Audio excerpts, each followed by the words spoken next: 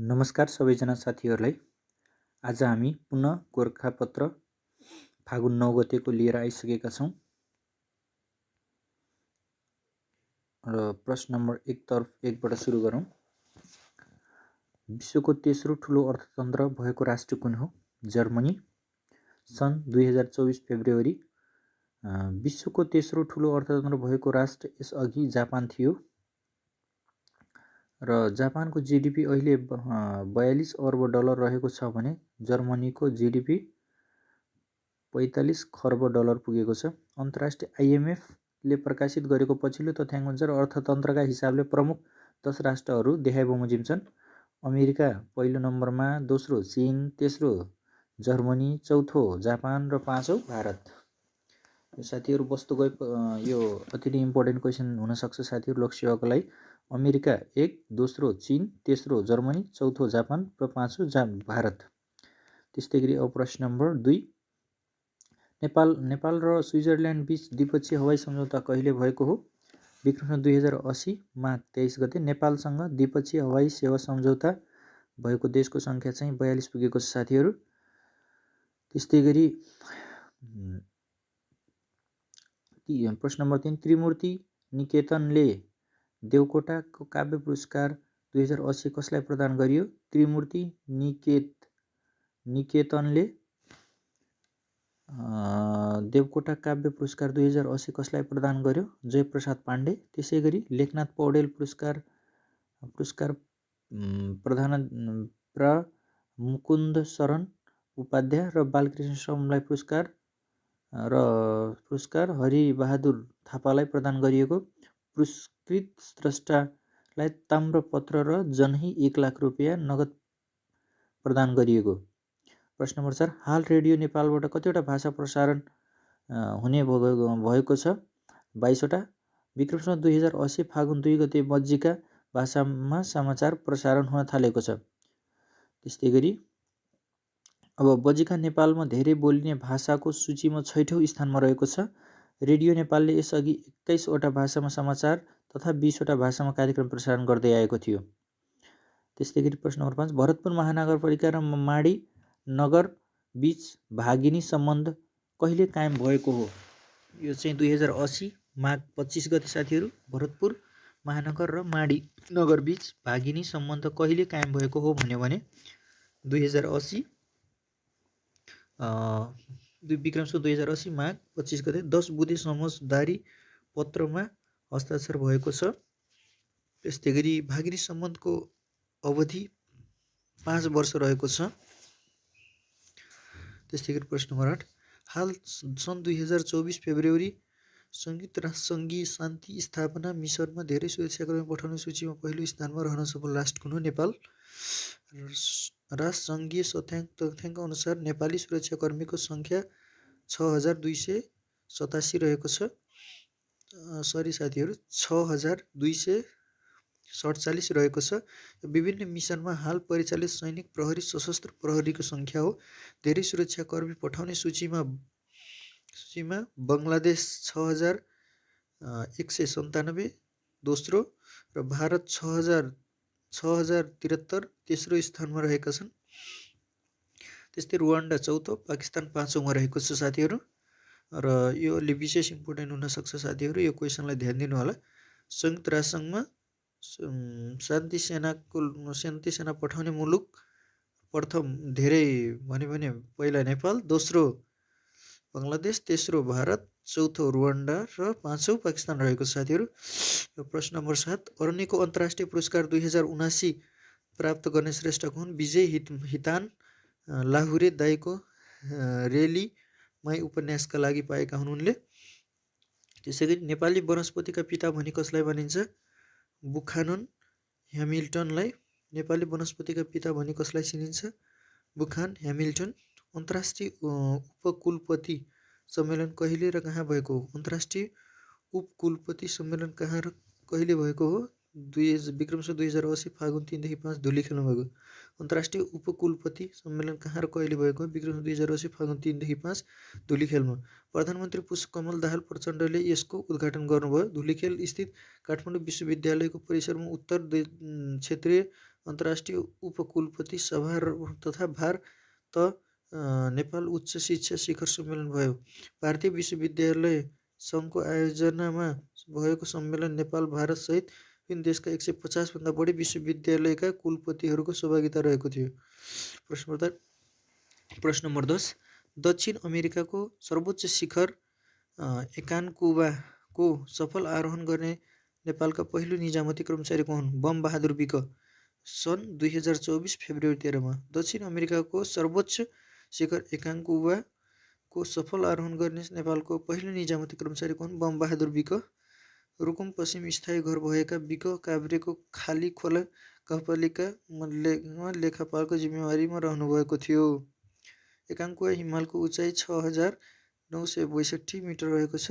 उहाँले यसअघि अफ्रिकाको अग्लो चुचुरो किलिमन्जारो समेत सफल आरोहण गर्नुभएको छ।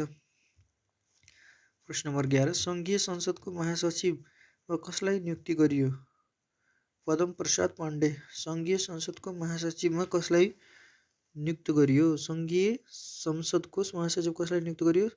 पदम प्रसाद पाण्डेलाई। विक्रम सम्वत 2080 माघ 23 मा राष्ट्रिय महिला उद्यमी सम्मेलन कहिले र कहाँ भयो? विक्रम सम्वत 2080 फागुन 4-5 मा भैरवामा।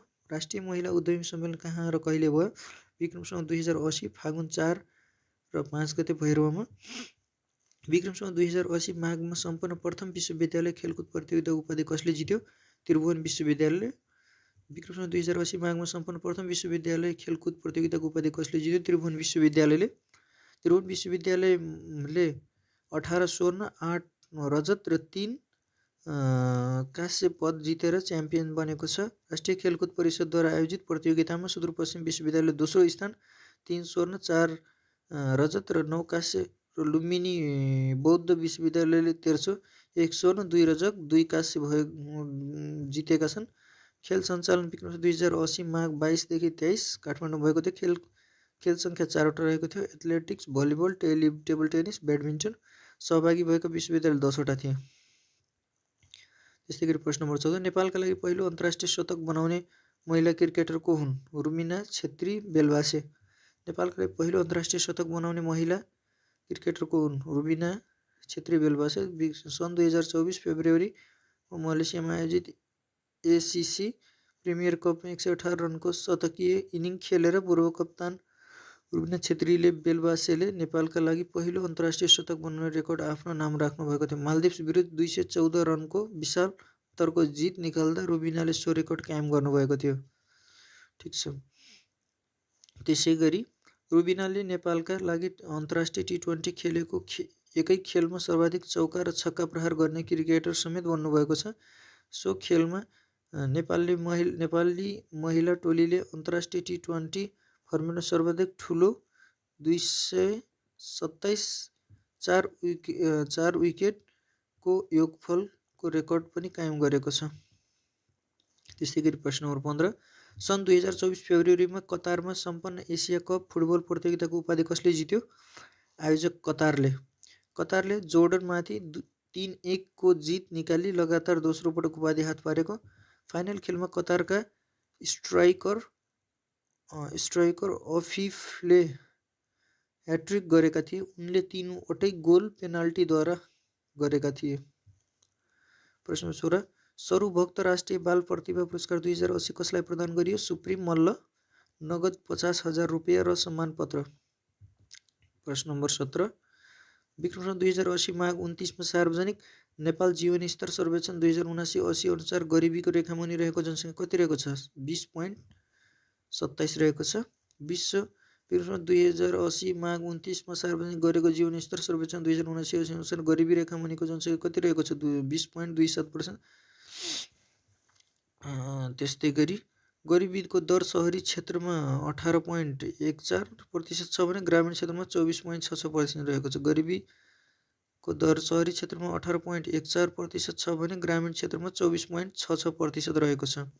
त्यस्तै गरी प्रति व्यक्ति 22,908 रुपियाँ भन्दा कम खर्च गर्ने नागरिक गरिब अन्तर्गत पर्दछन्। प्रति व्यक्ति 72,908 रुपियाँ भन्दा कम खर्च गर्ने नागरिक गरिब अन्तर्गत वर्गीकरण गरेको छ।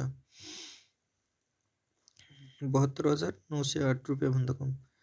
अनि त्यसै गरी 58 पर्यटन प्रबन्धन गर्ने उद्देश्यका साथ गण्डकी प्रदेश सरकारले पहिलो पटक मन्त्री परिषदको कार्यालयभन्दा बाहिर कहाँ मन्त्री परिषदको बैठक आयोजना गर्यो? पञ्चकोट बागलुङ। पर्यटन प्रवर्धन गर्ने उद्देश्यका साथ गण्डकी प्रदेश सरकारले पहिलो पटक मन्त्री परिषदको कार्यालयभन्दा बाहिर कहाँ मन्त्री परिषदको बैठक आयोजना गर्यो? पञ्चकोट बागलुङमा 2080 माघ 19मा सर्व सिद्धिधाम पञ्चकोटको मन्त्री परिषद बैठक बसेको थियो। अनि प्रदेशगत जनसङ्ख्याको आधारमा गरिबी र राष्ट्रिय गरिबीमा प्रदेशगतको अवस्था। सुदूरपश्चिम 34.1 छ। लुम्बिनी, त्यसपछि कर्णाली प्रदेशगत जनसङ्ख्याको आधारमा तपाईँको कर्णालीको 26.9 रहेको छ। त्यस्तै गण्डकीको 11.88 रहेको छ। त्यसै गरी राष्ट्रिय गरिबीमा प्रदेशगत अवस्था। राष्ट्रियमा मध्य प्रदेश सबैभन्दा 25.08 र सबैभन्दा कम गण्डकी प्रदेश 4.88 रहेको छ। राष्ट्रिय गरिबीमा अवस्था प्रदेशगत अवस्था भने चाहिँ प्रदेशगत जनसङ्ख्याको आधारमा। त्यस्तै गरी अब हामी प्रश्न 19 नम्बरमा जान्छौँ साथीहरू। सन् 2024 फेब्रुअरीमा सम्पन्न आइसिसी यु अन्डर 19 विश्वकप क्रिकेटको प्रतियोगिता उपाधि कसले जित्यो? अस्ट्रेलियाले। फेब्रुअरी 11 मा भएको फाइनल खेलमा अस्ट्रेलियाले भारतलाई 79 रनले हराएर उपाधि जितेको। अस्ट्रेलियाले चौथो पटक U19 विश्वकप क्रिकेट उपाधि जितेको। सन् 2010 पछि भने अस्ट्रेलियाले पहिलो पटक च्याम्पियन भएको छ। त्यस्तै गरी अब साथी आजको हामी विषयगत प्रश्नतर्फ लाग्छौँ। वातावरणीय न्याय भनेको के हो? राष्ट्रिय वातावरण नीति 2076 का उद्देश्य उल्लेख गर्दै यस नीतिले वातावरणीय न्यायका सम्बन्धमा अवलम्बन गरेका रणनीतिहरू उल्लेख गर्नुहोस् भनेको छ। अब यो हामीले सरस्वती हेर्छौँ साथीहरू। वातावरणबाट प्राप्त हुने लाभ र हानिको स्वच्छ र समतामूलक वितरण हुनुपर्ने मान्यता नै वातावरणीय न्याय हो। वातावरणीय ह्रास विशेष गरेर पिछडिएका तथा आर्थिक रूपमा जोखिममा रहेका समुदायमा बढी प्रभावित हुने हुँदा वातावरण सम्बन्धी नीति तर्जुमा र कार्यान्वयन गर्दा त्यस्ता समुदायको आवाज सुनिनुपर्ने र अधिकार स्थापित हुनुपर्ने मान्यता यस अवधारणाले अगालेको पाइन्छ। यस अवधारणाले समाजमा रहेका सबै वर्ग, क्षेत्र र समुदाय मानिसका वातावरणीय जोखिमबाट समान रूपमा संरक्षित हुन पाउनुपर्ने तथा सबैलाई स्वच्छ र स्वस्थ वातावरणको पहुँच सुनिश्चित हुनुपर्ने कुरामा जोड दिएको पाइन्छ। राष्ट्रिय वातावरण नीति 2076 का उद्देश्यहरू: जल, वायु, माटो, ध्वनि, विद्युत, चुम्बकीय तरङ्ग, रासायनिक तथा रेडियोधर्मी लगायतका सबै प्रकारका प्रदूषणले रोकथाम, नियन्त्रण र न्यूनीकरण गर्ने, घरेलु, औद्योगिक तथा सेवा लगायतका सबै स्रोतबाट सृजित फोहोर मैलाको व्यवस्थापन गर्ने, शहरी तथा नगर क्षेत्रको उद्यान विकास तथा हरियाली विस्तार गर्ने, विकासका सबै आयामहरू वातावरणीय चासोलाई मूल प्रभावीकरण गर्ने, प्रदूषण पीडितलाई वातावरणीय न्यायको सुनिश्चित गर्ने, वातावरण संरक्षण तथा प्राकृतिक स्रोतको दिगो व्यवस्थापनमा जनसहभागिता जुटाउने, वर्तमान तथा भावी पुस्ताबीच न्यायोचित हुने गरी प्राकृतिक तथा मानव निर्मित स्रोतको उपयोग गर्ने, वातावरण संरक्षण र व्यवस्थापनका लागि शोध, अनुसन्धान तथा क्षमता वृद्धि गर्ने, जमिनको भूउपयोग योजना निर्माण गर्ने, सम्भव भएसम्म उपलब्ध स्रोत साधनको पुनर्योग र पुनर्संशोधन गर्ने, वातावरणीय न्याय सम्बन्धी रणनीतिहरू: स्वच्छ र स्वस्थ वातावरण कायम गर्न आवश्यक संस्थाको संरचनाको व्यवस्था गर्ने, व्यावसायिक तथा औद्योगिक प्रतिष्ठानहरूलाई सामाजिक तथा वातावरणीय हिसाबले उत्तरदायी बनाउने, मापदण्ड विपरीत प्रदूषण गर्ने व्यक्ति संस्थालाई कानुनी रूपमा दण्ड दिने व्यवस्था गर्ने, वातावरण मैत्री वस्तुहरूको प्रयोगलाई प्रोत्साहन गर्न, वातावरणमा उल्लेखनीय रूपमा प्रदूषण गर्ने पदार्थहरू प्रदूषण करको व्यवस्था गर्ने, प्रदूषणले नै हानि नोक्सानी बेहोर्ने सिद्धान्तका आधारमा पीडितलाई प्रदूषकबाट उपयुक्त क्षतिपूर्ति भराइदिने व्यवस्था मिलाउने, वन क्षेत्रमा सार्वजनिक विकास निर्माण कार्य गर्दा वन क्षेत्र घटे बापत प्रभावित समूहलाई उचित क्षतिपूर्तिको व्यवस्था मिलाउने, क्षतिपूर्तिको व्यवस्था गर्दा महिला, दलित, जनजाति, मधेसी, आर्थिक रूपमा विपन्न, अपाङ्ग भएका व्यक्ति, बालबालिका तथा ज्येष्ठ नागरिकलाई विशेष प्राथमिकता दिने, वातावरणीय सेवाको प्रवर्धन गर्दै त्यसबाट प्राप्त हुने लाभको सामुदायिक बाँडफाँड गरिने, अन्त्यमा वातावरणीय न्याय सुनिश्चित गर्न सकिएमा यसले दिगो विकासमा योगदान गर्दछ। समावेशी विकासको महत्त्वपूर्ण पक्षहरूको रूपमा समेत वातावरणीय न्याय रहेको हुन्छ। विकास र वातावरण बीच उचित तालमेल नमिल्दा सिर्जना हुने विपद तथा जलवायुजन्य घटनाबाट प्रभावित हुनेहरू भनेका समाजमा आर्थिक सामाजिक रूपमा पिछडिएका समुदाय भएकोले सरकार, निजी क्षेत्र, गैर सरकारी क्षेत्र, समुदाय, दात्री निकाय लगायत सबैले वातावरणीय न्यायलाई केन्द्रमा राखेर विकास कार्यमा सहकार्य गर्नु आवश्यक छ। सार्वजनिक खर्च भनेको के हो? नेपालमा सार्वजनिक खर्च प्रणाली अर्थतन्त्रको उत्पादनशील क्षमता वृद्धिमा अपेक्षित योगदान गर्न नसक्दा अर्थतन्त्रमा थप जटिलता थपिएको भन्ने भनाइ सार्वजनिक हुने गरेका छन्। यस सन्दर्भमा नेपालको सार्वजनिक खर्च व्यवस्थापनमा देखिएका समस्या पहिचान गर्दै सार्वजनिक खर्चको कुशल र नतिजामूलक व्यवस्थापन गर्ने उपायहरू के होलान् सिफारिस गर्नुहोस्। सार्वजनिक हितका लागि सरकारले गर्ने खर्चलाई सार्वजनिक खर्च भनिन्छ। नागरिकप्रति सरकारको आधारभूत दायित्व निर्वाह गर्न सार्वजनिक खर्च अपरिहार्य मानिन्छ। नेपालको संविधानले लोक कल्याणकारी राज्य व्यवस्थाको स्थापना गर्ने दिशानिर्देशन अनुसार नेपालको सार्वजनिक खर्च माग झन्नै बढ्दै गएको छ। सरकारी र राजस्व ठेक्न नसक्ने अवस्थामा सार्वजनिक ऋणको माध्यमबाट स्रोत जुटाएर भए पनि सार्वजनिक खर्चको मागलाई यथोचित सम्बोधन गर्ने प्रयास हुँदै आएको छ। तथापि वार्षिक बजेटको अनुमान गरे अनुसारको परिमाण, गुणस्तर र समयमा सार्वजनिक खर्च नहुन नसक्दा नागरिकले अनुभूति गर्ने गरी खर्चको प्रभावकारिता हासिल हुन सकेको छैन। नेपालको सार्वजनिक खर्च व्यवस्थापनमा देखिएका समस्याहरू: आवधिक योजनाको सोच, लक्ष्य र तथा अपेक्षित महत्त्वाकांक्षी हुनु, त्यसपछि वार्षिक बजेट तथा कार्यक्रमको योजना अनुसरण गर्न नसक्नु, साधारण खर्च र विकास खर्च विनियोजनका आधार र मापदण्ड पालना नहुनु, साधारण खर्च वर्षेनी बढ्दै जानु तर तुलनात्मक रूपमा पुँजीगत विनियोजन बढ्न नसक्नु, रकमान्तर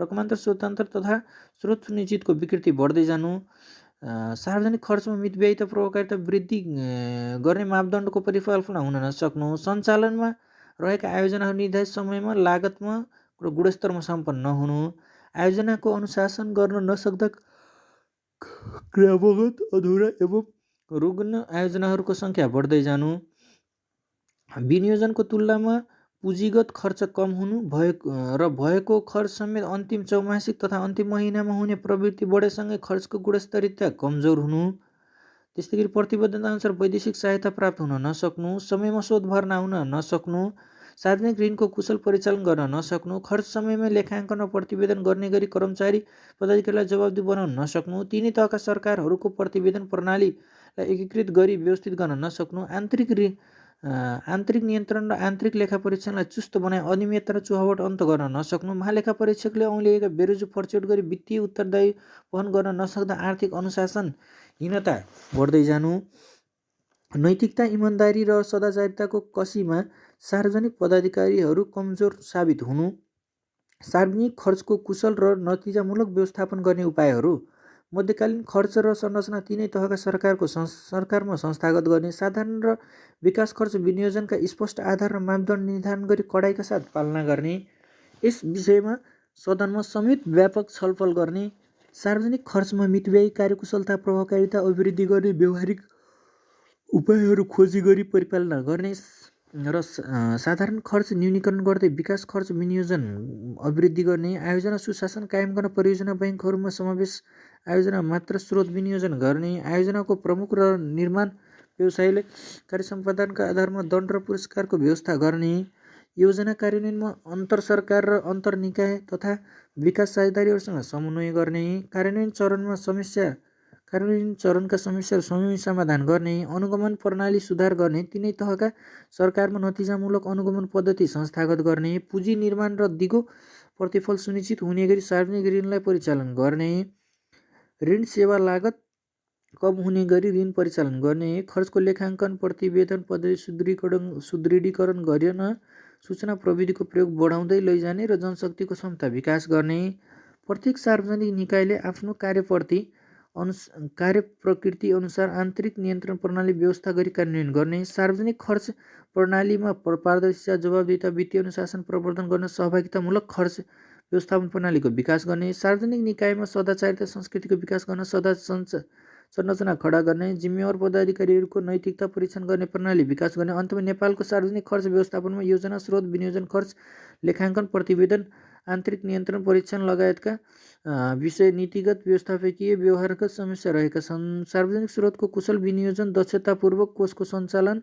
र खर्च प्रणालीमा मितव्ययिता अनुशासन कायम गरेर मात्र सार्वजनिक खर्चको प्रभावकारिता अभिवृद्धि गर्न सकिन्छ। प्रश्न नम्बर 3मा रहेको छ, समानुपातिक निर्वाचन प्रणालीको परिचय दिँदै यस प्रणालीबाट फाइदा र बेफाइदा लेख्नुहोस्। शासकीय तहमा समानुपातिक समावेशी सिद्धान्त अनुसार प्रतिनिधित्व सुनिश्चित गराउन अवलम्बन गरिएको निर्वाचन प्रणालीले समानुपातिक निर्वाचन प्रणाली हो। यस विधिमा एउटै निर्वाचन क्षेत्रबाट बहुसदस्यहरू निर्वाचित हुने गरी निर्धारित गरिएको निर्वाचन क्षेत्रबाट प्राप्त गरेको कुल सदर मतको प्रतिशतको आधारमा दल वा उम्मेदवारहरूको विजयी स्थानको टुङ्गो लगाइन्छ।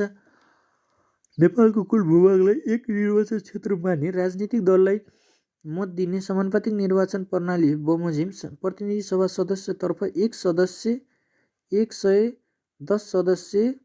जना सदस्य निर्वाचित हुन्छन्। अब यसका फाइदाहरू। उम्मेदवार निर्वाचन क्षेत्र फराकिलो हुने हुँदा जिम्मेवारी पनि व्यापक हुन्छ। मत कम खेर जाने, अधिकांश जनमतको कदर हुन्छ। मुलुकको जनसाङ्खिक बनावट अनुसार प्रतिनिधित्वको सम्भव हुन्छ। चुनावमा भाग लिने अधिकांश र राजनीतिक दलको प्रतिनिधित्व हुन्छ।